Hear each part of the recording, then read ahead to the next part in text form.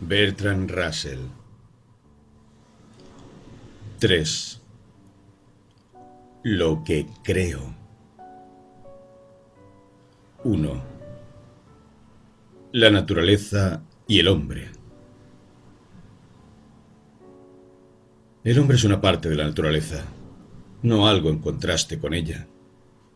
Sus pensamientos y movimientos corporales siguen las mismas leyes que describen los movimientos de los astros y los átomos. El mundo físico es grande comparado con el hombre, mayor de lo que se consideraba en tiempos de Dante, pero no tanto como se creía hace 100 años. En uno y otro extremo, en lo grande y en lo pequeño, la ciencia parece llegar a los límites. Se piensa que el universo es de extensión finita en el espacio y que la luz puede recorrerlo en unos pocos cientos de miles de años. Se piensa que la materia está compuesta de electrones y protones, que son de tamaño finito y de los cuales solo hay un número finito en el mundo. Probablemente sus cambios no son continuos como solía pensarse, sino que proceden por vibraciones que no son nunca más pequeñas que una cierta vibración mínima. Las leyes de estos cambios pueden, al parecer, resumirse en un pequeño número de principios muy generales que determinan el pasado y el futuro del mundo cuando se conoce cualquier pequeño trozo de su historia. La ciencia física se acerca así a una fase en que será completa y por lo tanto interesante. Dadas las leyes que gobiernan los movimientos de los electrones y protones, el resto es mera geografía, una colección de hechos particulares que narran su distribución a través de alguna porción de la historia del mundo. El número total de hechos geográficos necesario para determinar la historia del mundo es probablemente finito. Teóricamente podían ser escritos en un libro grande conservado en la Somerset House, junto a una máquina de calcular que, al operar una manivela, permitiría a la persona interesada averiguar los hechos de otras épocas no registradas. Es difícil imaginar nada menos interesante o más diferente de los deleites apasionados de descubrimiento incompleto. Es como subir a una montaña alta y no hallar en la cima más que un restaurante donde venden cerveza de jengibre, rodeado de niebla y equipado con una radio. Quizás en los tiempos de Ames, la tabla de multiplicar era emocionante. De este mundo físico, sin interés en sí, el hombre es una parte. Su cuerpo, como toda materia, está compuesto de electrones y protones que, por lo que sabemos, obedecen las mismas leyes que los que no forman parte de los animales o plantas. Hay quienes mantienen que la fisiología no puede reducirse a la física, pero sus argumentos no son convincentes, y parece prudente el suponer que están equivocados. Lo que llamamos nuestros pensamientos parecen depender de la organización de canales en el cerebro, del mismo modo que los viajes dependen de las carreteras y ferrocarriles. La energía usada en el pensamiento parece tener un origen químico. Por ejemplo, una deficiencia en yodo convierte en idiota a un hombre inteligente. Los fenómenos mentales parecen estar unidos a la estructura material. En tal caso, no podemos suponer que un protón o electrón solitarios puedan pensar, como no podríamos esperar que un solo individuo jugase un partido de fútbol. Tampoco podemos suponer que el pensamiento del individuo sobreviva a la muerte corporal, ya que ésta destruye la organización del cerebro y disipa la energía que utilizaban los conductos cerebrales. Dios y la inmortalidad, los dogmas centrales de la religión cristiana, no encuentran apoyo en la ciencia. No puede decirse que ninguna de estas doctrinas sea esencial a la religión, ya que ninguna de ellas se encuentra en el budismo. Con respecto a la inmortalidad, esta afirmación en forma incondicional puede ser engañosa, pero es correcta en el último análisis. Pero en Occidente hemos llegado a considerarlos como el mínimo irreductible de la teología. Sin duda la gente continuará teniendo estas creencias porque son agradables, como lo es el considerarnos virtuosos y considerar malvados a nuestros enemigos. Pero por mi parte no encuentro base para ninguna de ellas. No pretendo poder probar que Dios no existe. Igualmente no puedo probar que Satán es una ficción. El Dios cristiano puede existir. Igualmente pueden existir los dioses del Olimpo, del antiguo Egipto o de Babilonia. Pero ninguna de estas hipótesis es más probable que la otra. Se encuentran fuera de la región del conocimiento probable, y por lo tanto no hay razón para considerar ninguna de ellas. No me extenderé sobre esta cuestión, ya que he tratado en otra parte. La cuestión de la inmortalidad personal tiene una base un poco diferente. Aquí hay pruebas en todos los aspectos. Las personas forman parte del mundo tratado por la ciencia, y las condiciones que determinan su existencia pueden ser descubiertas. Una gota de agua no es inmortal. Se puede resolver en oxígeno e hidrógeno. Si, por lo tanto, una gota de agua fuera a mantener que tenía una cualidad de acuosidad que iba a sobrevivir a su disolución, nos inclinaríamos al escepticismo. Igualmente, sabemos que el cerebro no es inmortal y que la energía organizada de un cuerpo vivo queda, por decirlo así, desmovilizada a la muerte y, por lo tanto, no disponible para la acción colectiva. Todo conduce a demostrar que todo lo que consideramos como vida mental está unido a la estructura cerebral y la energía corporal organizada. Por lo tanto, es racional suponer que la vida mental cesa cuando cesa la vida corporal. Este argumento es solo un argumento de probabilidad, pero tiene tanto peso como los que sirven de base a la mayoría de las conclusiones científicas. Esta conclusión puede ser atacada de diversos modos. La investigación psíquica sostiene que posee una prueba científica real de la supervivencia e indudablemente su procedimiento es, en principio, científicamente correcto. La prueba de esta clase puede ser tan abrumadora que nadie con un temperamento científico pueda rechazarla. Sin embargo, el peso de esta prueba tiene que depender de la probabilidad antecedente de la hipótesis de la supervivencia. Siempre hay modos diferentes de explicar una serie de fenómenos, y de estos modos se debería preferir el que es antecedentalmente menos improbable. Los que ya consideran probable la supervivencia después de la muerte están dispuestos a considerar esta teoría como la mejor explicación de los fenómenos psíquicos. Los que, por otros motivos, consideran inverosímil esta teoría buscarán otras explicaciones. Por mi parte, considero la prueba aducida hasta ahora en favor de la supervivencia mucho más débil que la prueba fisiológica contraria. Pero admito que, en cualquier momento, la primera puede cobrar fuerza, y en ese caso sería anticientífico no creer en la supervivencia. La supervivencia de la muerte corporal es, sin embargo, una cosa distinta de la inmortalidad. Puede no ser más que un aplazamiento de la muerte psíquica. Los hombres quieren creer en la inmortalidad.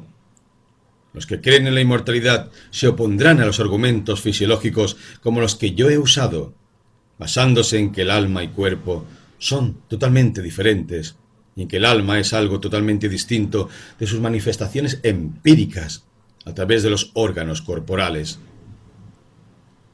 Yo creo que esta es una superstición metafísica. La mente y la materia son términos convenientes para ciertos fines, pero no realidades últimas. Los electrones y protones, como el alma, son ficciones lógicas. Cada cual es realmente una historia, una serie de acontecimientos, no una entidad sola y persistente. En el caso del alma, esto es obvio por los hechos del crecimiento. Cualquiera que considere la concepción, la gestación y la infancia, no puede creer seriamente que el alma es un algo indivisible, perfecto y completo a través de este proceso. Es evidente que crece como el cuerpo, y que se deriva tanto del espermatozoo como del óvulo, de forma que no puede ser indivisible. Esto no es materialismo, es meramente el reconocimiento de que todo lo interesante es un asunto de organización, no de sustancia original. Los metafísicos han dado innumerables argumentos para probar que el alma tiene que ser inmortal. Hay una sencilla prueba por la cual todos estos argumentos quedan suprimidos. Todos ellos prueban igualmente que el alma tiene que ocupar todo el espacio. Pero, como no tenemos tanto interés en ser gordos como vivir mucho, ninguno de los metafísicos en cuestión ha notado alguna vez esta aplicación de sus razonamientos. Esta es una prueba del poder del deseo para inducir, incluso a hombres capaces, a falacias que de otro modo serían obvias. Si no tuviéramos miedo de la muerte, no creo que hubiera nacido la idea de la inmortalidad. El miedo es la base del dogma religioso, como de tantas cosas en la vida humana. El miedo de los seres humanos, individual o colectivamente, domina en gran parte nuestra vida social. Pero el miedo a la naturaleza es lo que ha dado lugar a la religión. La antítesis de mente y materia es, como hemos visto, más o menos ilusoria. Pero hay otra antítesis que es más importante, a saber, la de las cosas afectadas por nuestros deseos y las cosas que no pueden ser afectadas por ellos. La línea entre ambas no es ni clara ni inmutable. Con el adelanto de la ciencia, cada vez hay más cosas dentro del dominio humano. Sin embargo, quedan cosas definitivamente fuera de él. Entre estas se hallan los grandes hechos de nuestro mundo, la clase de hechos que estudia la astronomía. Solamente los hechos cercanos a la superficie de la Tierra pueden ser moldeados, hasta cierto punto, de acuerdo con nuestros deseos. E incluso en la superficie de la Tierra, nuestros poderes son muy limitados. Sobre todo, no podemos evitar la muerte, aunque con frecuencia podemos retrasarla. La religión es una tentativa para vencer esta antítesis. Si el mundo está dominado por Dios, y Dios puede ser conmovido mediante la oración, adquirimos una parte de omnipotencia. En épocas antiguas ocurrían milagros como respuesta a las plegarias.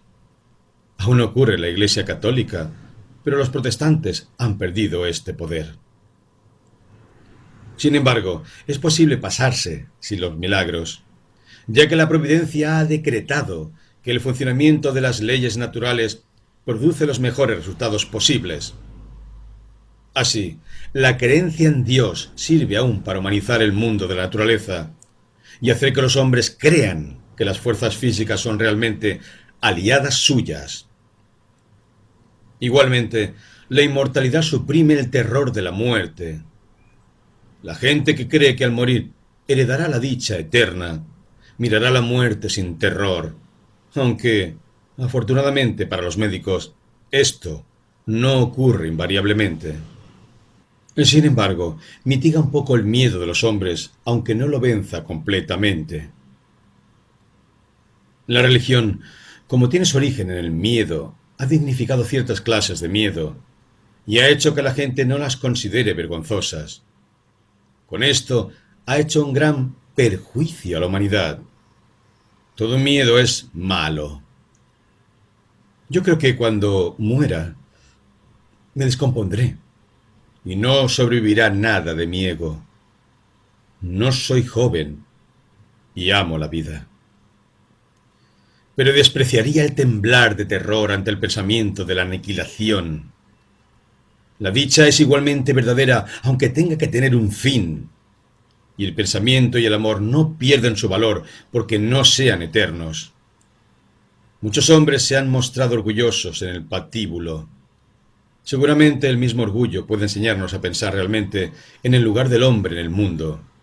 Aunque las ventanas abiertas de la ciencia nos hagan temblar después del cómodo calor interior, producto de los tradicionales mitos humanizantes, al fin, el aire puro vigoriza y los grandes espacios tienen un esplendor propio.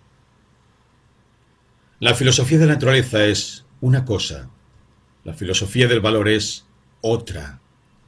El confundirlas solo puede producir daños. Lo que consideramos bueno, lo que nos gustaría, no tiene ninguna influencia sobre lo que es, lo cual es incumbencia de la filosofía de la naturaleza. Por el contrario, no se nos puede prohibir el valorar esto o lo otro, basándonos en que el mundo no humano no lo valora, ni se nos puede obligar a admitir algo porque es una ley de la naturaleza. Indudablemente, somos parte de la naturaleza, que ha producido nuestros deseos, nuestras esperanzas y nuestros miedos, de acuerdo con leyes que los físicos comienzan a descubrir. En este sentido somos parte de la naturaleza, estamos subordinados a la naturaleza, somos el resultado de leyes naturales y víctimas de ellas, a la larga. La filosofía de la naturaleza no tiene que ser indebidamente terrestre. Para ella, la Tierra es solo uno de los planetas más pequeños de uno de los astros más pequeños de la Vía Láctea. Sería absurdo deformar la filosofía de la naturaleza con el fin de producir resultados agradables a los diminutos parásitos de este insignificante planeta.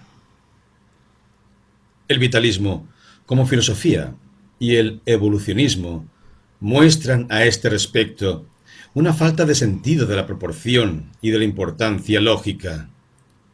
Mira los hechos de la vida, que nos son personalmente interesantes, como dotados de un significado cósmico, no de un significado limitado a la superficie de la Tierra. El optimismo y el pesimismo, como filosofías cósmicas, muestran el mismo humanismo ingenuo. El ancho mundo, tal como lo conocemos por la filosofía de la naturaleza, no es bueno ni malo, ni se preocupa por hacernos felices o desgraciados. Todas estas filosofías tienen su origen en la autoimportancia, y un poco de astronomía es su mejor correctivo. Pero en la filosofía del valor, la situación queda invertida. La naturaleza es solo una parte de lo que podemos imaginar. Todas las cosas, reales o imaginarias, pueden ser estimadas por nosotros, y no hay patrón exterior que demuestre que nuestra valoración está equivocada. Nosotros somos los últimos e irrefutables árbitros del valor, y en el mundo de las valoraciones, la naturaleza es solo una parte. Así, en este mundo somos más grandes que la naturaleza. En el mundo de los valores, la naturaleza es neutral, ni buena ni mala, sin que merezca la admiración ni la censura. Nosotros somos los creadores de los valores y nuestros deseos son los que confieren valor. En este reino somos reyes y degradamos nuestra realeza inclinándonos ante la naturaleza. Nosotros somos los que tenemos que determinar la vida buena, no la naturaleza, ni siquiera la naturaleza personificada por Dios. 2. La vida buena. Ha habido en épocas diferentes y entre gentes diferentes muchos conceptos diversos de la vida buena. Hasta cierto punto estas diferencias son discutibles. Así ocurrió cuando los hombres diferían en cuanto a los medios de lograr un fin dado. Algunos opinan que la prisión es un buen medio de evitar el crimen. Otros piensan que la educación sería mejor. Una diferencia de esta clase puede ser decidida mediante una prueba suficiente, pero algunas diferencias no pueden ser probadas de este modo. Tolstoy condenaba toda clase de guerra. Otros han sostenido que la vida del soldado que combate por el bien es muy noble. En dicho caso, probablemente se trataba de una diferencia real en cuanto a los fines. Los que alaban al soldado generalmente piensan que el castigo de los pecadores es, en sí, una cosa buena. Tolstoy no pensaba así. Acerca de tal asunto no hay discusión posible. Por lo tanto, no puedo probar que mi concepto de la vida buena sea acertado. Solo puedo exponer mis puntos de vista, esperando que los acepte la mayor cantidad de gente posible. Mi criterio es el siguiente. La vida buena está inspirada por el amor y guiada por el conocimiento. El conocimiento y el amor son extensibles indefinidamente. Por lo tanto, por buena que sea una vida, se puede imaginar una vida mejor.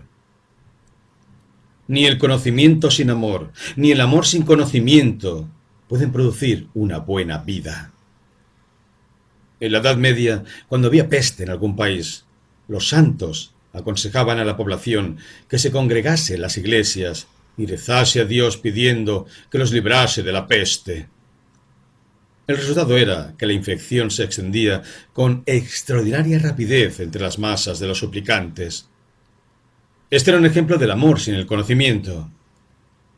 La última guerra nos dio un ejemplo del conocimiento sin amor. En cada caso, el resultado fue la muerte en gran escala.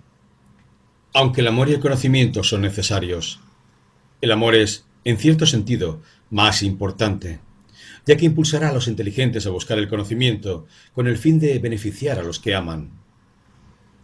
Pero si la gente no es inteligente, se contentará con creer lo que le han dicho, y puede hacer daño a pesar de la benevolencia más genuina. La medicina nos proporciona quizás el mejor ejemplo de lo que quiero decir. Un médico capaz es más útil a un paciente que el amigo más devoto, y el progreso en el conocimiento de la medicina contribuye más a la salud de la comunidad que la filantropía mal informada. Sin embargo, incluso en este caso, es esencial un elemento de benevolencia para que no sean solamente los ricos los que se beneficien con los descubrimientos científicos. El amor es una palabra que comprende una gran variedad de sentimientos. La he usado adrede ya que quiero incluirlos a todos.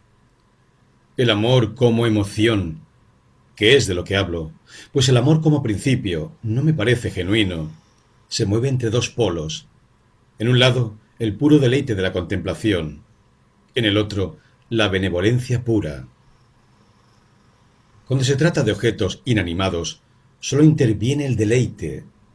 No podemos sentir benevolencia hacia un paisaje o una sonata. Este tipo de goce es, presumiblemente, la fuente del arte. Es más fuerte en general en los niños que los adultos, que suelen mirar los objetos con espíritu utilitario. Desempeña una gran parte de nuestros sentimientos hacia los hombres, algunos de los cuales tienen encanto y otros lo contrario, cuando se los considera como objetos de la contemplación estética. El polo opuesto del amor contemplativo es benevolencia pura. Hay hombres que han sacrificado su vida ayudando a los leprosos. En tal caso, el amor que sentían no podía haber tenido ningún elemento de deleite estético. El cariño paternal, en general, va acompañado por el placer que produce la apariencia del hijo, pero sigue siendo fuerte cuando falta totalmente este elemento. Parecería extraño llamar benevolencia al interés de una madre por un hijo enfermo, porque estamos acostumbrados a usar esta palabra para describir una débil emoción en un 90% falsa. Pero es difícil hallar otra palabra para describir el deseo por el bienestar de otra persona. Es cierto que un deseo de esta clase puede alcanzar cualquier grado de intensidad en el caso del sentimiento paternal. En otros casos es mucho menos intenso.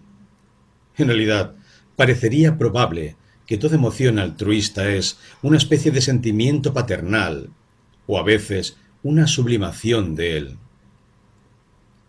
A falta de una palabra mejor, llamaré benevolencia a esta emoción. Pero quiero poner en claro que estoy hablando de una emoción, no de un principio, y que no incluyo en ella ninguna sensación de superioridad como las que a veces se asocian con la palabra.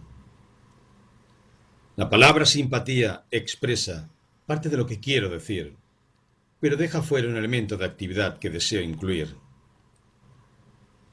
El amor en su plenitud es una combinación indisoluble de dos elementos, deleite y benevolencia.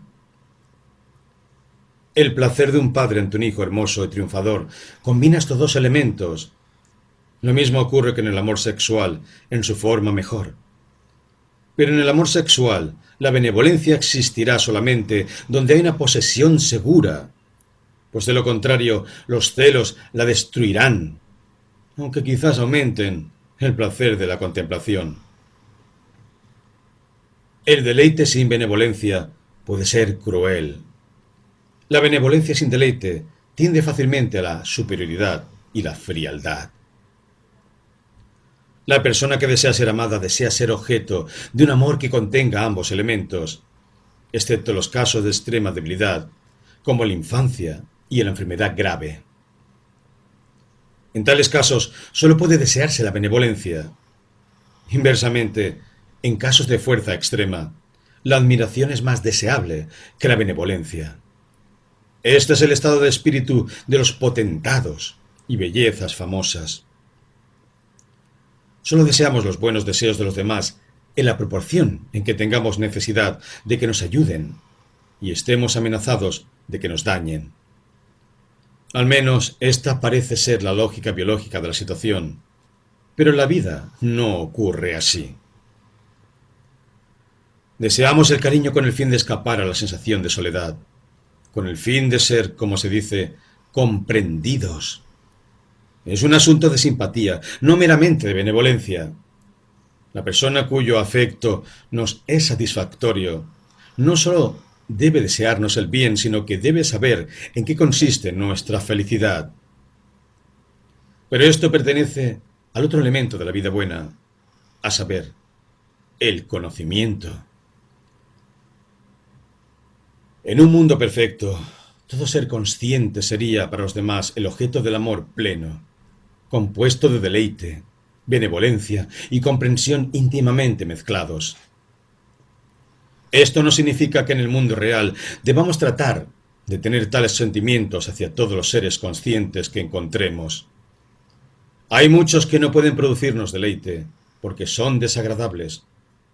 Si fuéramos a violentarnos tratando de ver bellezas en ellos, no haríamos más que embotar nuestras susceptibilidades con respecto a lo que hallamos naturalmente hermoso. Sin mencionar a los seres humanos, hay pulgas, chinches y piojos. Tendríamos que estar tan apremiados como el ancien marine antes de hallar el deleite en la contemplación de esas criaturas. Es cierto que algunos santos las han llamado perlas de Dios, pero lo que a esos hombres les deleitaba era la oportunidad de lucir su santidad. La benevolencia suele extenderse con mayor facilidad, pero incluso la benevolencia tiene sus límites. Si un hombre desea casarse con una dama, no pensaríamos muy bien de él si se retirara al hallar que había otro que quería casarse con ella. Miraríamos esto como un campo de competencia justa.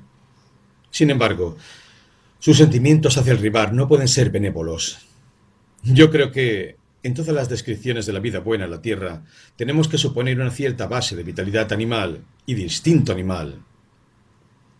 Sin esto, la vida se hace mansa y carente de interés. La civilización debe contribuir a esto, no ser un sustitutivo de ello.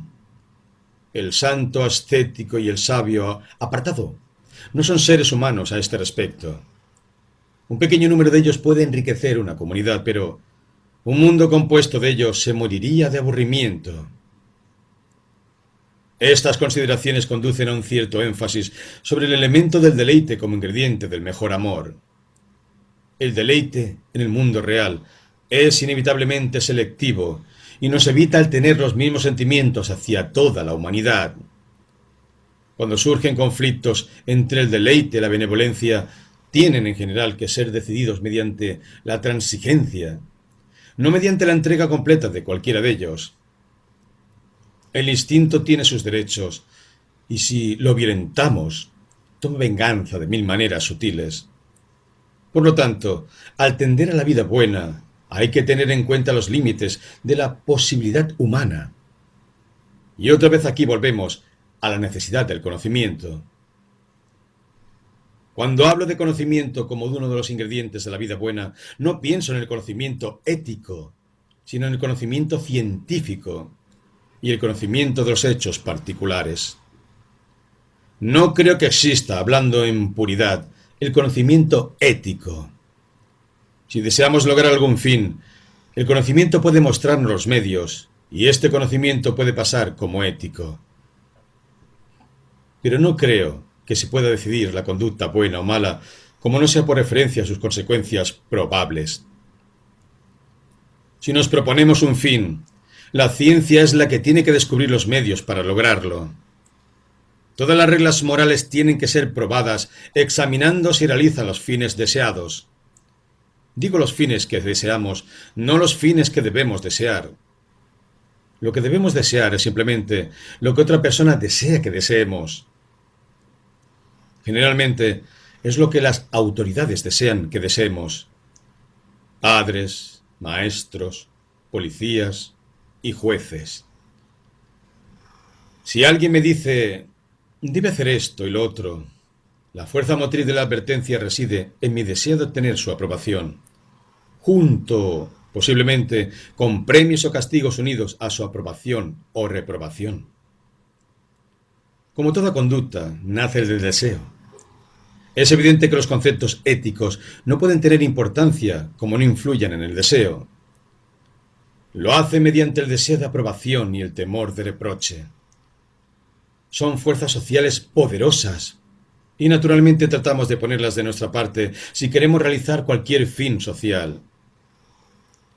Cuando digo que la moralidad de la conducta debe juzgarse por sus probables consecuencias, quiero decir que deseo que se apruebe la conducta que vaya a realizar los fines sociales que deseamos y que se repruebe la conducta opuesta. En la actualidad, esto no se hace. Hay ciertas reglas tradicionales según las cuales la aprobación y la reprobación se aplican sin tener en cuenta para nada las consecuencias. Pero este es un tema que vamos a tratar en el próximo capítulo. La superficialidad de la ética teórica es obvia en los casos sencillos. Supongamos, por ejemplo, que se tiene un hijo enfermo. El amor le hace a uno desear que se cure, y la ciencia le dice a uno cómo tiene que hacerlo. No hay una fase intermedia de la teoría ética donde se demuestre que al hijo de uno le conviene que le curen. El acto nace directamente del deseo de un fin, junto con el conocimiento de los medios. Esto ocurre con todos los actos, ya sean buenos o malos. Los fines difieren y el conocimiento es más adecuado en unos casos que en otros. Pero no hay medio concebible de hacer que la gente haga cosas que no desea. Lo que es posible es alterar sus deseos mediante un sistema de premios y castigos, entre los cuales la aprobación y la reprobación social no son los menos potentes. La cuestión para el legislador moralista es, por lo tanto, ¿cómo voy a disponer este sistema de premios y castigos para que se logre el máximo de lo que desea la autoridad legislativa? Si digo que la autoridad legislativa tiene malos deseos, solo quiero decir que estos deseos chocan con los de alguna sección de la comunidad a que pertenece. Fuera de los deseos humanos no hay principio moral. Así, lo que distingue la ética de la ciencia no es una clase especial de conocimiento, sino sencillamente el deseo. El conocimiento que requiere la ética es exactamente igual que el conocimiento en otras partes. Lo peculiar es que se deseen ciertos fines y que la buena conducta es lo que conduce a ellos. Claro que si la buena conducta va a ser popular, los fines tienen que ser los deseados por grandes secciones de la humanidad. Si defino como buena conducta lo que aumenta mi renta, los lectores no estarán de acuerdo. La eficiencia de cualquier argumento ético reside en su parte científica. Por ejemplo, en la prueba de que una clase de conducta, más que otra, es el medio para un fin ampliamente deseado. Sin embargo, yo hago la distinción entre argumento ético y educación ética. La última consiste en fortalecer ciertos deseos y debilitar otros. Este es un proceso completamente diferente que va a ser tratado separadamente en otro capítulo. Ahora podemos explicar con más exactitud el significado de la definición de la vida buena con que comenzó este capítulo. Cuando dije que la vida buena consiste en el amor guiado por el conocimiento, el deseo que me impulsó era vivir esa vida todo lo plenamente posible y procurar que los demás la vivieran. El contenido lógico de la declaración es que, en una comunidad donde los hombres viven así, se satisfarán más los deseos que en una comunidad donde haya menor amor o menos conocimiento. No quiero decir que dicha vida sea virtuosa o que la contraria sea pecaminosa, pues estos son conceptos que para mí no tienen justificación científica. Bertrand Russell. ¿Por qué no soy cristiano? Prefacio. La nueva publicación de varios ensayos míos relativos a temas teológicos, realizada por el profesor Edwards, es para mí una causa de gratitud, especialmente por sus admirables observaciones preliminares. Me alegra en particular que me haya dado una oportunidad de afirmar otra vez mis convicciones sobre los temas de que tratan los diversos ensayos. Recientemente ha habido un rumor de que yo era menos contrario a la ortodoxia religiosa de lo que había sido. Ese rumor carece totalmente de fundamento. Creo que todas las grandes religiones del mundo, el budismo, el hinduismo, el cristianismo, el islam y el comunismo, son, a la vez, mentirosas y dañinas. Es evidente, como materia de lógica, que, ya que están en desacuerdo, solo una de ellas puede ser verdadera. Con muy pocas excepciones, la religión que un hombre acepta es la de la comunidad en que vive, lo cual hace obvio que la influencia del medio es la que le ha llevado a aceptar la religión en cuestión. Es cierto que la escolástica inventó lo que sostenía como argumentos lógicos que probaban la existencia de Dios, y que esos argumentos, u otros similares, han sido aceptados por muchos filósofos eminentes. Pero la lógica a que apelaban estos argumentos tradicionales es de una anticuada clase aristotélica rechazada ahora por casi todos los lógicos, excepto los católicos. Hay uno de estos argumentos que no es puramente lógico. Me refiero al argumento del designio. Sin embargo, este argumento fue destruido por Darwin, y de todas maneras, solo podría ser lógicamente respetable mediante el abandono de la omnipotencia de Dios. Aparte de la fuerza lógica, para mí hay algo raro en las valuaciones éticas de los que creen en una deidad omnipotente, omnisciente y benévola, después de preparar el terreno mediante muchos millones de años de nebulosa sin vida. Puede considerarse adecuadamente recompensado por la aparición final de Hitler, Stalin y la bomba H. La cuestión de la verdad de una religión es una cosa, pero la cuestión de su utilidad es otra. Yo estoy tan firmemente convencido de que las religiones hacen daño como lo estoy de que no son reales. El daño que hace una religión es de dos clases. Una dependiente de la clase de creencia que se considera que se le debe dar, y otra dependiente de los dogmas particulares en que se cree. Con respecto a la clase de creencia, se considera virtuoso el tener fe, es decir, tener una convicción que no puede ser debilitada por la prueba en contrario. Ahora bien, si la prueba en contrario ocasiona la duda, se sostiene que la prueba en contrario debe ser suprimida. Mediante tal criterio, en Rusia, los niños no pueden oír argumentos en favor del capitalismo, ni en Estados Unidos en favor del comunismo. Esto mantiene intacta la fe de ambas y pronta para una guerra sanguinaria. La convicción de que es importante creer esto o aquello, incluso aunque una investigación libre no apoye la creencia, es común a casi todas las religiones e inspira todos los sistemas de educación estatal. La consecuencia es que las mentes de los jóvenes no se desarrollan y se llenan de hostilidad fanática hacia los que tienen otros fanatismos, y aún más virulentamente hacia los contrarios a todos los fanatismos.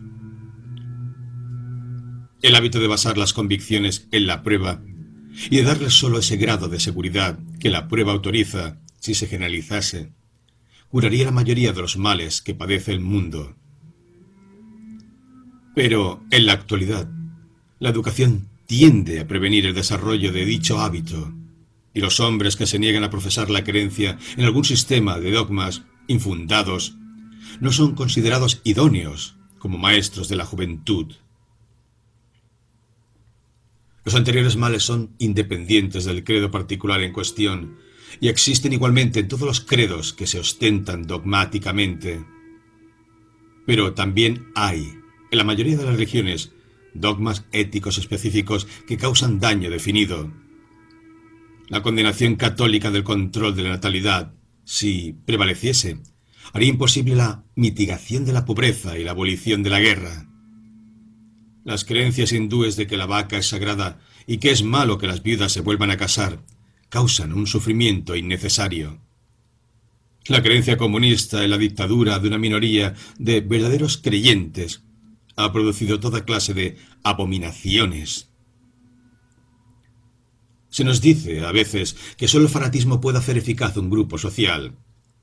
Creo que esto es totalmente contrario a las lecciones de la historia. Pero en cualquier caso, solo los que adoran servilmente el éxito pueden pensar que la eficacia es admirable sin tener en cuenta lo que se hace. Por mi parte, creo que es mejor hacer un bien chico que un mal grande. El mundo que querría ver sería un mundo libre de la virulencia, de las hostilidades de grupo y capaz de realizar la felicidad para todos mediante la cooperación, en lugar de mediante la lucha. Querría ver un mundo en el cual la educación tienda a libertad mental, en lugar de encerrar la mente de la juventud en la rígida armadura del dogma, calculado para protegerla durante toda su vida contra los dardos de la prueba imparcial. El mundo necesita mentes y corazones abiertos, y estos no pueden derivarse de rígidos sistemas, ya sean viejos o nuevos. Bertrand Russell.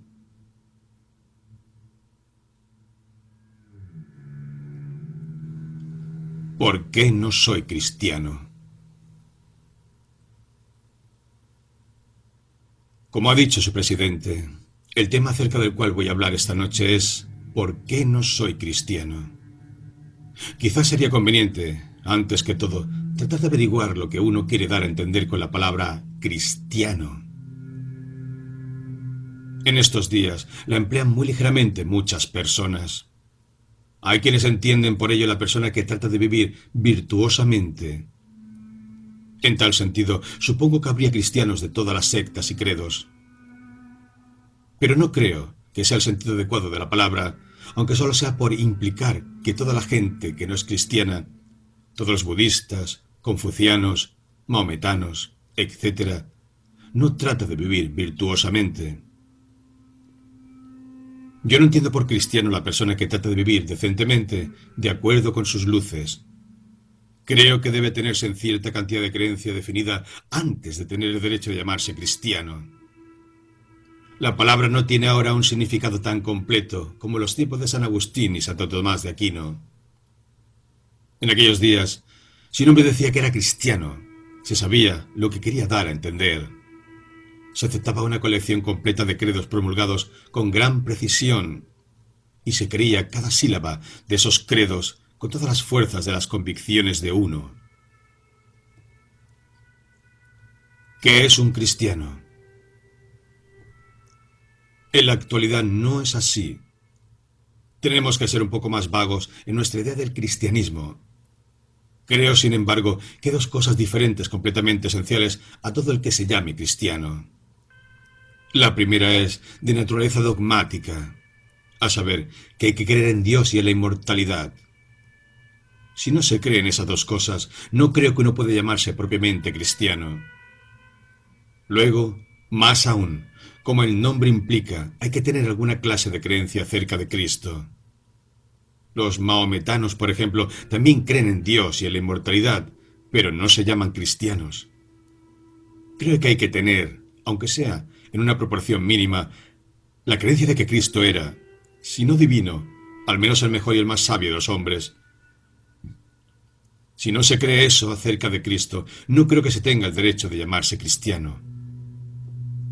Claro está que hay otro sentido que se encuentra en el Whitaker's Almanac y los libros de geografía, donde se dice que la población del mundo está dividida en cristianos, mahometanos, budistas, fetichistas, etc.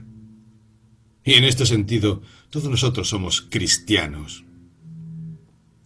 Los libros de geografía nos incluyen a todos, pero en un sentido puramente geográfico, que supongo podemos pasar por alto. Por lo tanto, entiendo que cuando yo digo que no soy cristiano, tengo que decir dos cosas diferentes. Primera, ¿por qué no creo en Dios ni en la inmortalidad? Y segunda, ¿por qué no creo que Cristo fuera el mejor y el más sabio de los hombres, aunque le conceda un grado muy alto de virtud moral? De no haber sido por los triunfantes esfuerzos de los incrédulos del pasado, yo no haría una definición tan elástica del cristianismo. Como dije antes, en los tiempos pasados tenía un sentido mucho más completo. Por ejemplo, comprendía la creencia en el infierno. La creencia en el fuego eterno era esencial de la fe cristiana hasta hace muy poco. En este país, como es sabido, dejó de ser esencial mediante una decisión del Consejo Privado, de cuya decisión desistieron el arzobispo de Canterbury y el arzobispo de York. Pero, en este país, nuestra religión se establece por la ley del Parlamento, y por lo tanto, el Consejo Privado pudo imponerse a ellos. Y el infierno ya no fue necesario el cristianismo.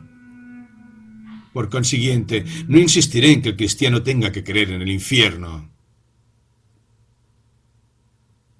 La existencia de Dios. La cuestión de la existencia de Dios es una cuestión amplia y seria. Y si yo intentase tratarla de modo adecuado, tendría que retenerlas aquí hasta el día del juicio. Por lo cual, deben excusarme por tratarla en forma resumida. Saben, claro está, que la Iglesia Católica ha declarado dogma, que la existencia de Dios puede ser probada mediante la razón, sin ayuda. Este es un dogma algo curioso, pero es uno de sus dogmas. Tenían que introducirlo porque, en un tiempo, los librepensadores adoptaron la costumbre de decir que había tales y cuales argumentos que la razón podía esgrimir contra la existencia de Dios, pero que, claro está, ellos sabían, como cuestión de fe, que Dios existía. Los argumentos y las razones fueron expuestos con gran detalle, y la Iglesia Católica comprendió que había que ponerles coto. Por lo tanto, estableció que la existencia de Dios puede ser probada por la razón, sin ayuda, y dieron los argumentos para probarlo. Solo varios, claro está, pero solo citaré unos pocos. El argumento de la primera causa. Quizás el más fácil y sencillo de comprender es el argumento de la primera causa.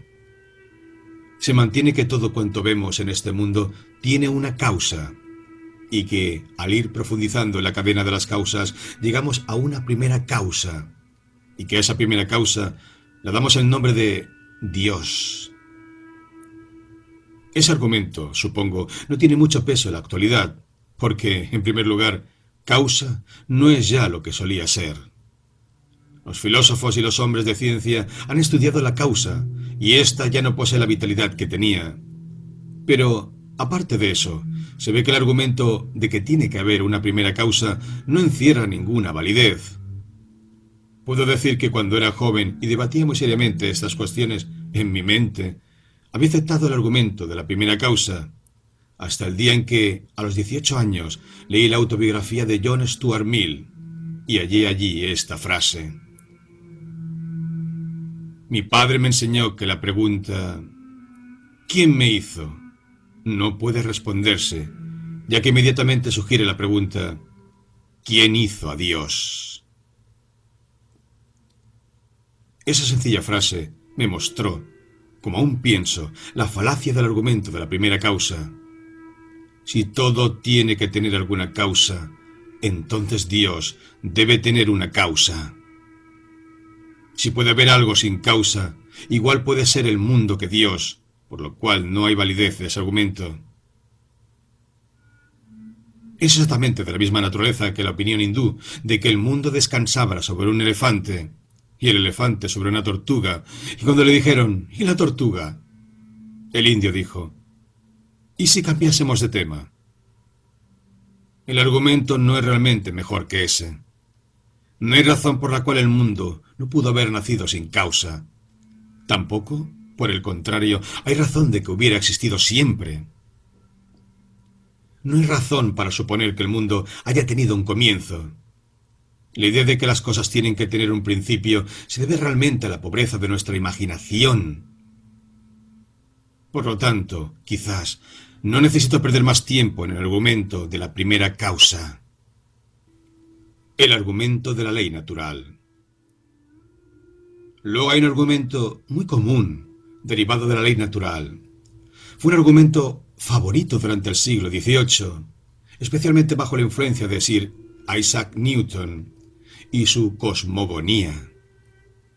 La gente observó los planetas que giraban en torno del Sol, de acuerdo con la ley de gravitación, y pensó que Dios había dado un mandato a aquellos planetas para que se moviesen así, y que lo hacían por aquella razón. Aquella era, claro está, una explicación sencilla y conveniente, que evitaba el buscar nuevas explicaciones de la ley de la gravitación en forma un poco más complicada que Einstein ha introducido. Yo no me propongo dar una conferencia sobre la ley de la gravitación, de acuerdo con la interpretación de Einstein, porque eso también llevaría algún tiempo. Sea como fuere, ya no se trata de la ley natural del sistema newtoniano, donde, por alguna razón que nadie podía comprender, la naturaleza actuaba de modo uniforme. Ahora sabemos que muchas cosas que consideramos como leyes naturales son realmente convencionalismos humanos. Sabemos que incluso en las profundidades más remotas del espacio estelar, la yarda sigue teniendo 3 pies. Eso es, sin duda, un hecho muy notable, pero no se le puede llamar una ley natural. Y otras muchas cosas que se han considerado como leyes de la naturaleza son de esa clase. Por el contrario, cuando se tiene algún conocimiento de lo que los átomos hacen realmente, se ve que están menos sometidos a la ley de lo que se cree la gente, y que las leyes que se formulan no son más que promedios estadísticos producto del azar. Hay, como es sabido, una ley según la cual en los dados solo se obtiene el 6 doble aproximadamente cada 36 veces, y no consideramos eso como la prueba de que la caída de los dados está regulada por un plan. Por el contrario, si el 6 doble saliera cada vez, pensaríamos que había un plan. Las leyes de la naturaleza son así en gran parte de los casos. Hay promedios estadísticos que emergen de las leyes del azar, y esto hace que la idea de ley natural sea mucho menos impresionante de lo que era anteriormente. Y aparte de eso, que representa el momentáneo estado de la ciencia, que puede cambiar mañana, la idea de que las leyes naturales implican un legislador se debe a la confusión entre las leyes naturales y las humanas. Las leyes humanas son preceptos que le mandan a uno proceder de una manera determinada, preceptos que pueden obedecerse o no. Pero las leyes naturales son una descripción de cómo ocurren realmente las cosas. Y, como son una mera descripción, no se puede arguir que tiene que haber alguien que les dijo que actuasen así, porque si arguyéramos tal cosa, nos veríamos enfrentados con la pregunta: ¿por qué Dios hizo esas leyes naturales y no otras? Si se dice que lo hizo por su propio gusto y sin ninguna razón, se hallará entonces que hay algo que no está sometido a la ley, y por lo tanto el orden de la ley natural queda interrumpido. Si se dice, como hacen muchos teólogos ortodoxos, que en todas las leyes divinas hay una razón de que sean esas y no otras, la razón, claro está, de crear el mejor universo posible, aunque al mirarlo uno no lo pensaría así. Si hubo alguna razón de las leyes que dio Dios, entonces el mismo Dios estaría sometido a la ley, y por lo tanto no hay ninguna ventaja en presentar a Dios como un intermediario. Realmente se tiene una ley exterior y anterior a los edictos divinos, y Dios no nos sirve porque no es el último que dicta la ley. En resumen, este argumento de la ley natural ya no tiene la fuerza que solía tener. Estoy realizando, cronológicamente, mi examen de los argumentos. Los argumentos usados en favor de la existencia de Dios cambian de carácter con el tiempo. Al principio eran duros argumentos intelectuales que representaban ciertas falacias completamente definidas. Al llegar a la época moderna, se hicieron menos respetables intelectualmente y estuvieron cada vez más influidos por una especie de vaguedad moralizadora. El argumento del plan. El paso siguiente nos lleva al argumento del plan. Todos conocen el argumento del plan. Todo en el mundo está hecho para que podamos vivir en él. Y si el mundo variase un poco, no podríamos vivir. Eso es el argumento del plan.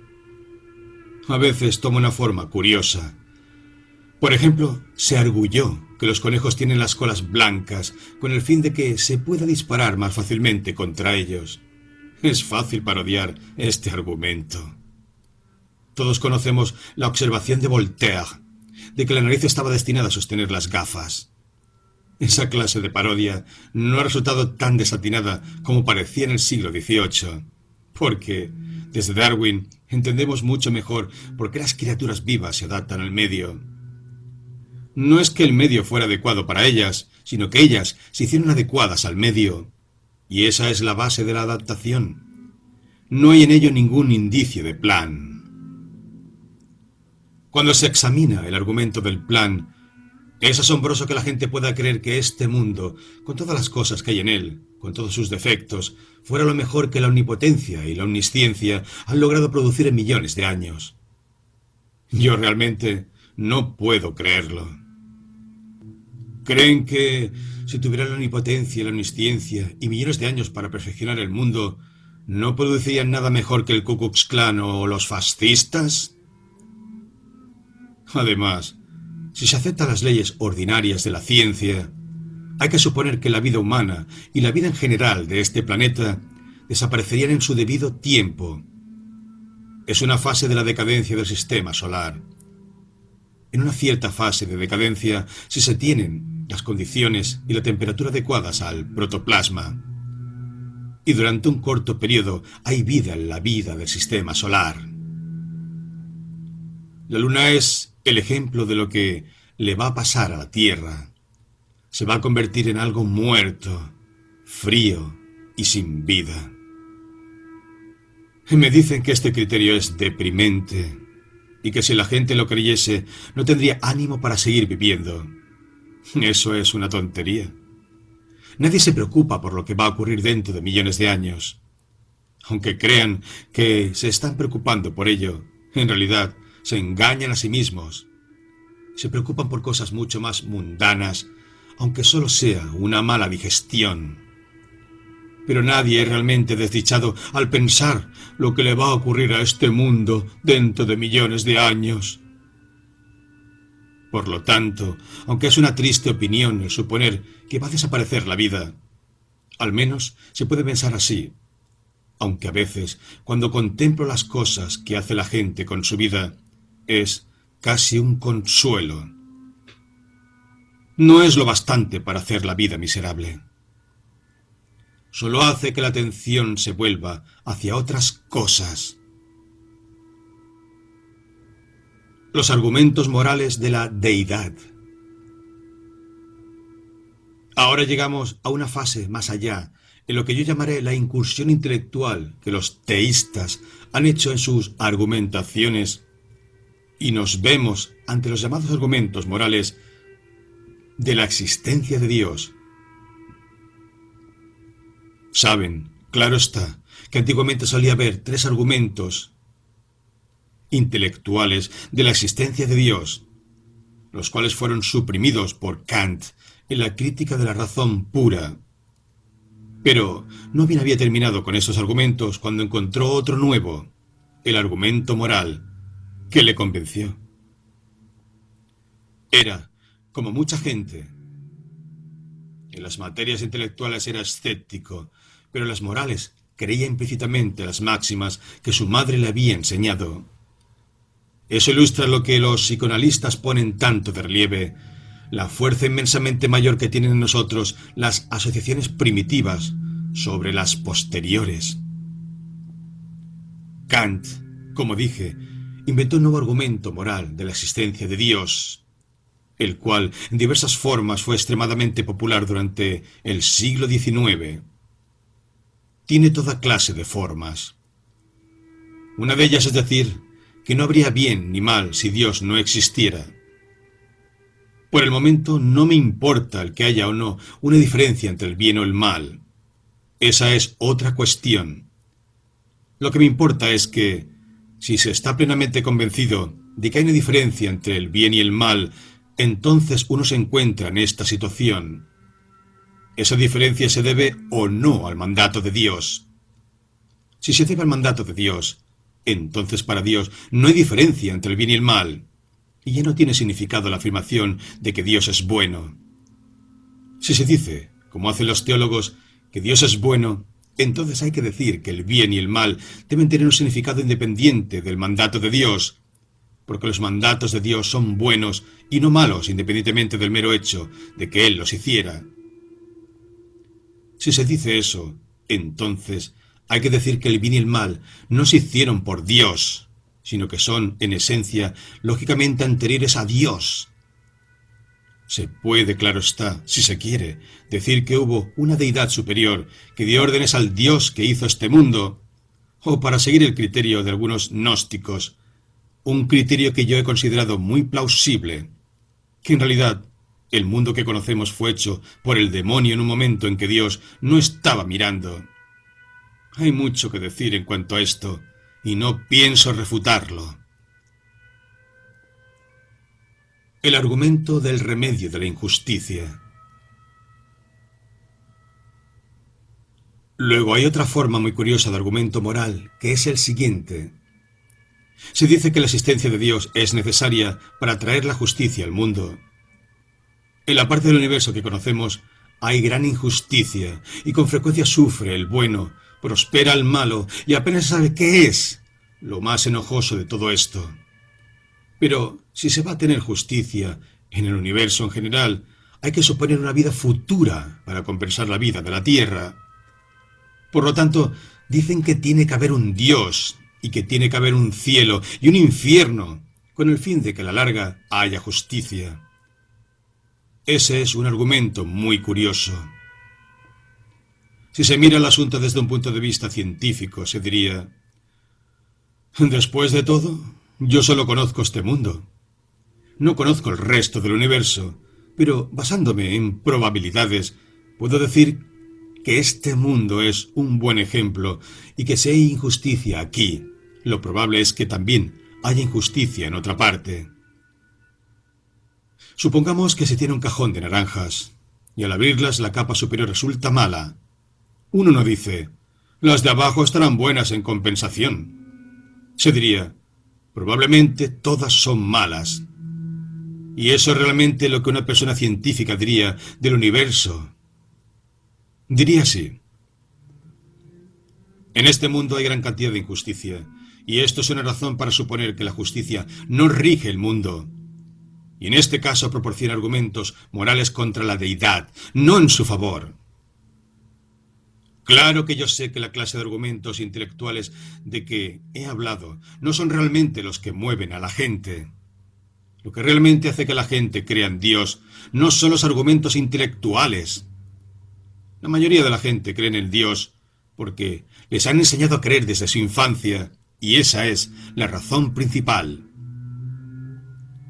Luego, creo que la razón más poderosa e inmediata después de esta es el deseo de seguridad. La sensación de que hay un hermano mayor que cuidará de uno.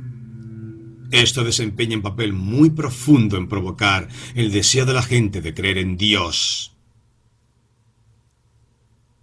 El carácter de Cristo. Ahora tengo que decir unas pocas palabras acerca de un asunto que creo que no ha sido suficientemente tratado por los racionalistas, y que es la cuestión de si Cristo era el mejor y el más sabio de los hombres. Generalmente se da por sentado que todos debemos estar de acuerdo en que era así. Yo no lo estoy. Creo que hay muchos puntos en que estoy de acuerdo con Cristo, muchos más que aquellos en que lo están los cristianos profesos. No sé si podría seguirle todo el camino, pero iría con él mucho más lejos de lo que iría la mayoría de los cristianos profesos. Recuérdese que él dijo: yo, empero, os digo que no hagáis resistencia al agravio. Antes, si alguno te hiriere la mejilla derecha, vuelve también la otra. No es un precepto ni un principio nuevos. Lo usaron Lao Tse y Buda, 500 o 600 años antes de Cristo. Pero este principio no lo aceptan los cristianos. No dudo que el actual primer ministro, por ejemplo, es un cristiano muy sincero, pero no les aconsejo que vayan a abofetearlo. Creo que hallarían que él pensaba que el texto tenía un sentido figurado. Luego, hay otro punto que considero excelente. Se recordará que Cristo dijo: no juzguéis a los demás si no queréis ser juzgados. Ese principio creo que no se hallará en los tribunales de los países cristianos. Yo he conocido en mi tiempo muchos jueces que eran cristianos sinceros, y ninguno de ellos creía que actuaba en contra de los principios cristianos haciendo lo que hacía. Luego Cristo dice: al que te pide, dale, y no le tuerzas el rostro al que pretenda de ti algún préstamo. Ese es un principio muy bueno. El presidente ha recordado que no estamos aquí para hablar de política, pero no puedo menos de observar que las últimas elecciones generales se disputaron en torno a lo deseable que era torcer el rostro al que pudiera pedirnos un préstamo. De modo que hay que suponer que los liberales y los conservadores de este país son personas que no están de acuerdo con las enseñanzas de Cristo porque, en dicha ocasión, se apartaron definitivamente de ellas.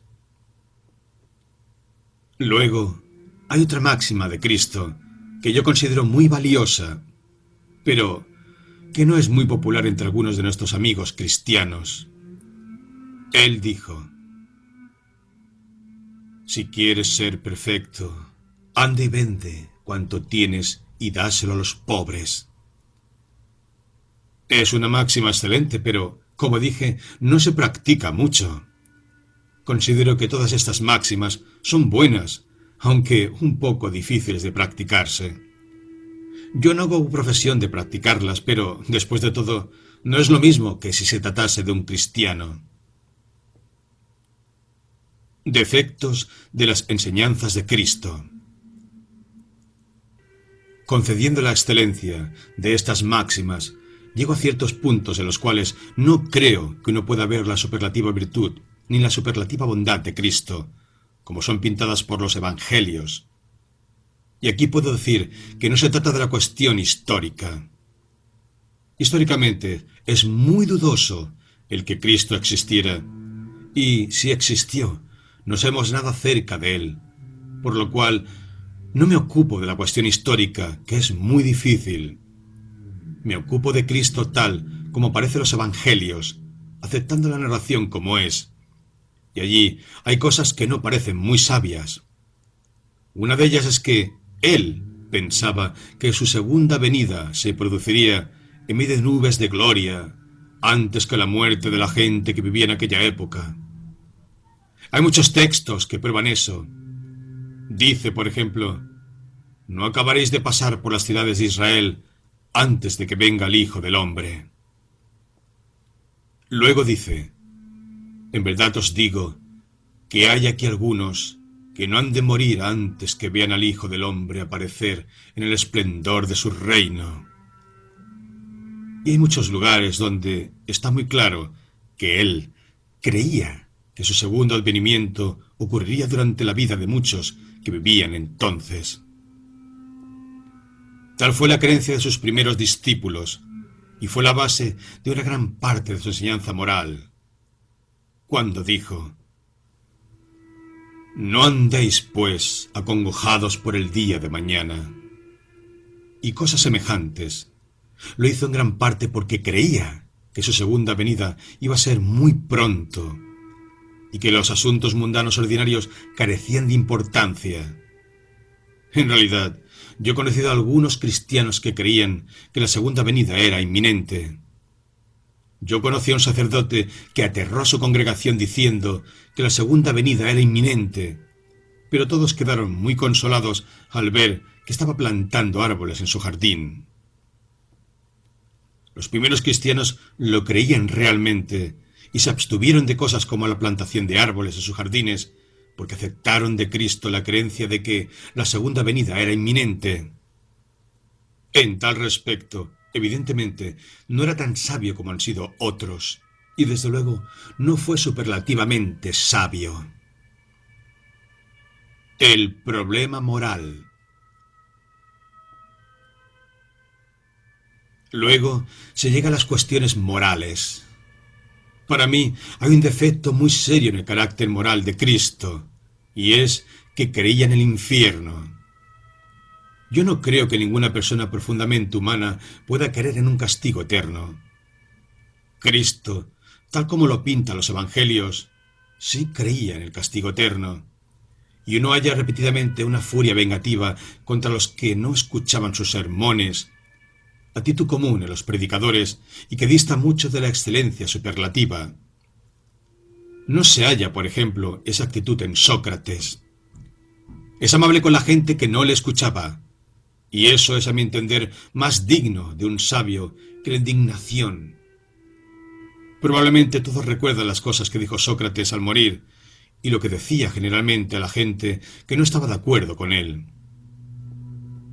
Se hallará en el Evangelio que Cristo dijo: «Serpientes, raza de víboras, ¿cómo será posible que evitéis el ser condenados al fuego del infierno?». Se lo decía a la gente que no escuchaba sus sermones. A mi entender, este no es realmente el mejor tono, y hay muchas cosas como estas acerca del infierno. Hay, claro está, el conocido texto acerca del pecado contra el Espíritu Santo. Pero quien hablase contra el Espíritu Santo, despreciando su gracia, no se le perdonará ni en esta vida, ni en la otra. Ese texto ha causado una indecible cantidad de miseria en el mundo, pues las más diversas personas han imaginado que han cometido pecados contra el Espíritu Santo, y pensando que no serían perdonadas en este mundo ni en el otro. No creo que ninguna persona un poco misericordiosa ponga en el mundo miedos y terrores de esta clase. Luego, Cristo dice: «Enviará al Hijo del Hombre a sus ángeles, y quitarán de su reino a todos los escandalosos y a cuantos obran la maldad, y los arrojarán en el horno del fuego. Allí será el llanto y el crujir de los dientes». Y continúa extendiéndose con los gemidos y el rechinar de dientes. Esto se repite en un versículo tras otro, y el lector se da cuenta de que hay un cierto placer en la contemplación de los gemidos y el rechinar de dientes, pues de lo contrario no se repetiría con tanta frecuencia. Luego, todos ustedes recuerdan, claro está, lo de las ovejas y los cabritos.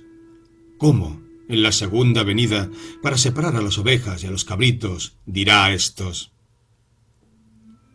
«Apartaos de mí, malditos, y tal fuego eterno»? Y continúa: «Y estos irán al fuego eterno». Luego dice de nuevo: «Y si es tu mano derecha la que te sirve de escándalo o te incita a pecar, córtala y tírala lejos de ti, pues mejor te está que perezca uno de tus miembros que no el que vaya todo tu cuerpo al infierno, al fuego que no se extingue jamás». Esto lo repite una y otra vez. Debo reclamar que toda esta doctrina, que el fuego del infierno es un castigo del pecado, es una doctrina de crueldad. Es una doctrina que llevó la crueldad al mundo y dio al mundo generaciones de cruel tortura. Y el Cristo de los Evangelios, si se le acepta tal como le representan sus cronistas, tiene que ser considerado en parte responsable de eso. Hay otras cosas de menor importancia. Está el ejemplo de los puercos de Gadar, donde ciertamente no fue muy compasivo para los puercos en meter diablos en sus cuerpos y precipitarlos colina abajo hasta el mar. Hay que recordar que sí era omnipotente, y simplemente pudo hacer que los demonios se fueran, pero eligió meterlos en los cuerpos de los cerdos. Luego está la curiosa historia de la higuera, que siempre me ha intrigado. ¿Recuerdan lo que ocurrió con la higuera? Tuvo hambre, y como viese a lo lejos una higuera con hojas, encaminóse allá por ver si encontraba en ella alguna cosa. y llegando, nada encontró sino follaje, porque no era aún tiempo de higos, y hablando la higuera le dijo: «Nunca jamás coma ya nadie fruto de ti». Y Pedro le dijo: «Maestro, mira cómo la higuera que maldijiste se ha secado». Esta es una historia muy curiosa, porque aquella no era la época de los higos, y en realidad no se puede culpar al árbol. Yo no puedo pensar que, ni en virtud ni en sabiduría, Cristo esté tan alto como otros personajes históricos. En estas cosas pongo por encima de él a Buda y a Sócrates. El factor emocional. Como dije antes, no creo que la verdadera razón por la cual la gente acepta la religión tenga nada que ver con la argumentación. Se acepta la religión emocionalmente.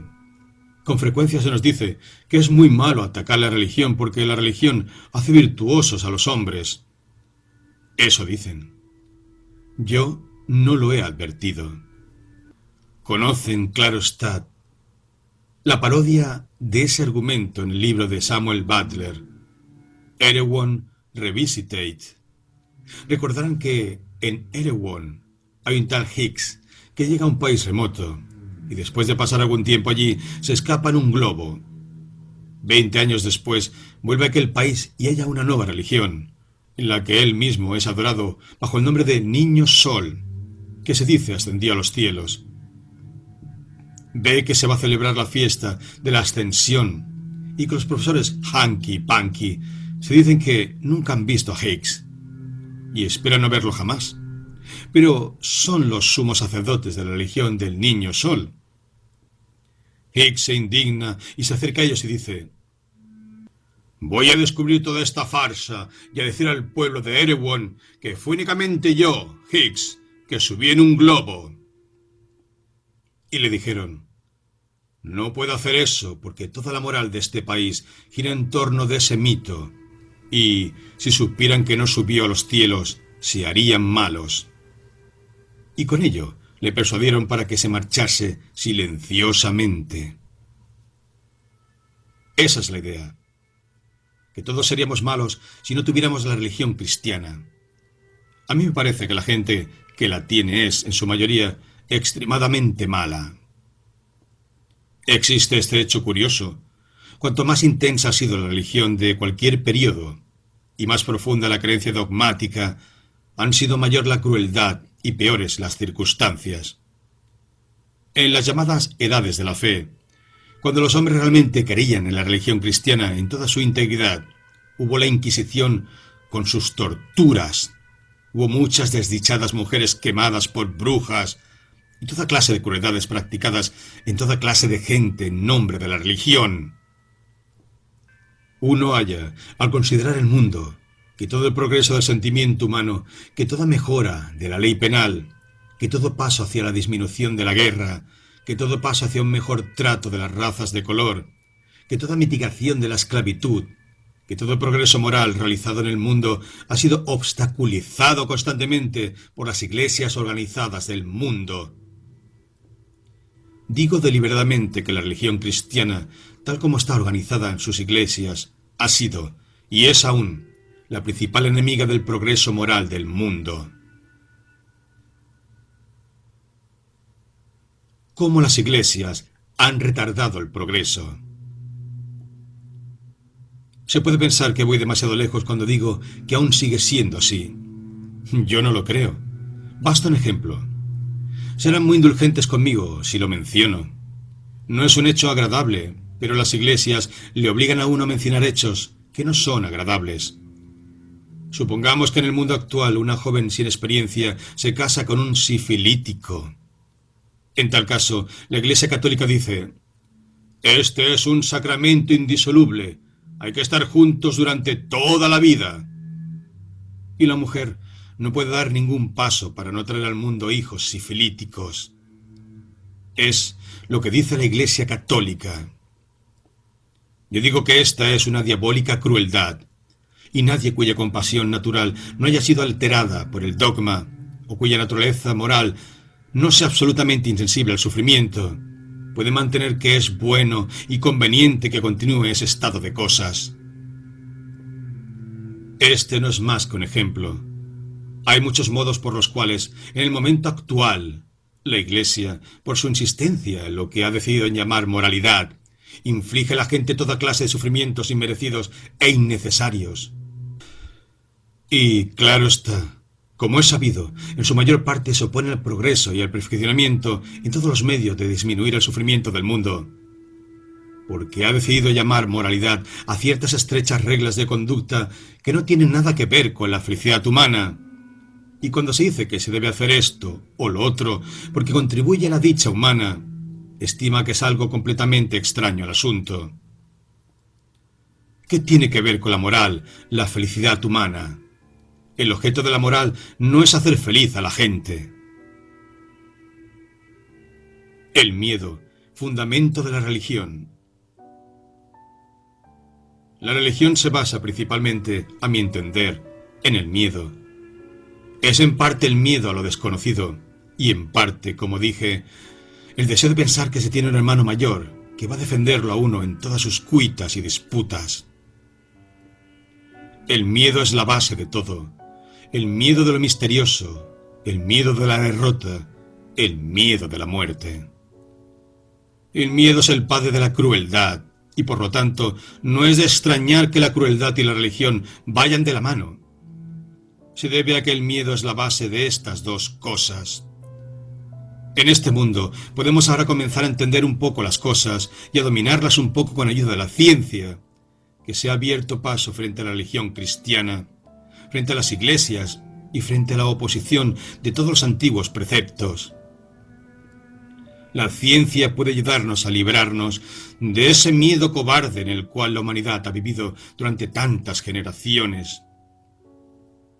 La ciencia puede enseñarnos a no buscar ayudas imaginarias, a no inventar aliados celestiales, sino más bien hacer con nuestros esfuerzos que este mundo sea un lugar habitable, en lugar de ser lo que han hecho de él las iglesias en todos estos siglos. Lo que debemos hacer. Tenemos que mantenernos de pie y mirar al mundo a la cara, sus cosas buenas, sus cosas malas, sus bellezas y sus fealdades. Ver el mundo tal cual es y no tener miedo de él. Conquistarlo mediante la inteligencia y no solo sometiéndose al terror que emana de él. Todo el concepto de Dios es un concepto derivado del antiguo despotismo oriental. Es un concepto indigno de los hombres ubres. Cuando se oye en la iglesia a la gente humillarse y proclamarse miserables pecadores, etc., parece algo despreciable e indigno de seres humanos que se respetan. Debemos mantenernos de pie y mirar al mundo a la cara. Tenemos que hacer el mundo lo mejor posible.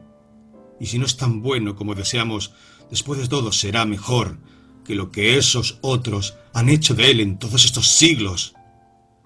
Un mundo bueno necesita conocimiento, bondad y valor.